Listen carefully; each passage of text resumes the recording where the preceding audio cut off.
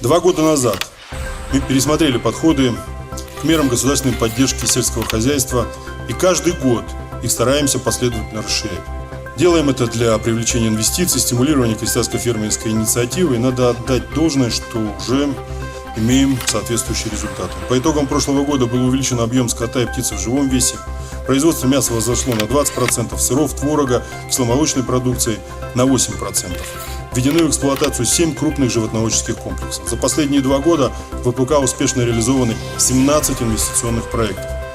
В конце декабря 2017 года началось строительство тепличного комплекса «Сосногорский» на площади 13 гектар. Реализация проекта позволит обеспечить население республики и других регионов России экологически чистыми томатами и огурцами.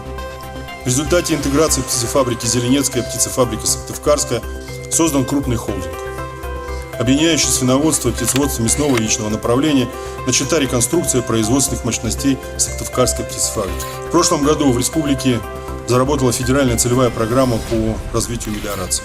В результате ее реализации восстановлено почти в 3 раза больше гектаров мелиорируемых земель, чем за 2 предыдущие года вместе взятые. Мы намерены дополнительно поддерживать крестьянские и фермерские хозяйства в этом году и увеличиваем объем государственной поддержки на 26%. Мы к запуску готовим народный проект вот сейчас по переработке нашей продукции. Сейчас уже вошли во 2-й этап. Вот, надеемся, что все пройдет, что все будет хорошо. Мы планируем делать колбасу ливерную, полуфабрикаты, пельмешки, котлеты. Планируем закупить пельменное оборудование, коптильную установку, весы с печатью этикеток